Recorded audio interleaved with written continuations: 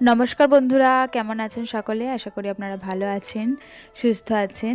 আমরা গিয়েছিলাম আমার জায়ের বাড়িতে, হরি সেবা বসেছিল সেখানে। আর এই যে এটা আমার যা কাটছে গণ্ডি।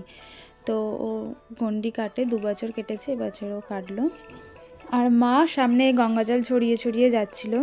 তো গণ্ডি কাটার পরে ধুনো পোড়াতে হয়, সেই জন্যে ধুনো পোড়ানোর জায়গায় চলে এসেছি। আর এই যে দেখো কত উঁচুতে আগুনটা তুলছে, আগুন উঠছে দেখে আমার মেয়ে ভয়েতে সামনে যায়নি, কাঁদো কাঁদো অবস্থা হয়ে গেছিলো। তারপরে সবাই মিলে ধুনো পোড়ার পরে কোলে বসতে হয়, আমি মেয়েকে নিয়ে যাচ্ছি, মরতে যাবে না, আন্টিকে দেখে চিনতেই পারছে না।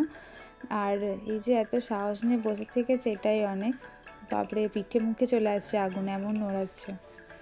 তারপরে সবাই মিলে একটু কোলে বসে নিয়ে আমরা চলে গেলাম পুষ্পাঞ্জলির জায়গায়। তো পুষ্পাঞ্জলি দেওয়া হয়ে যেত, চেঞ্জ করতে দেওয়া গেল।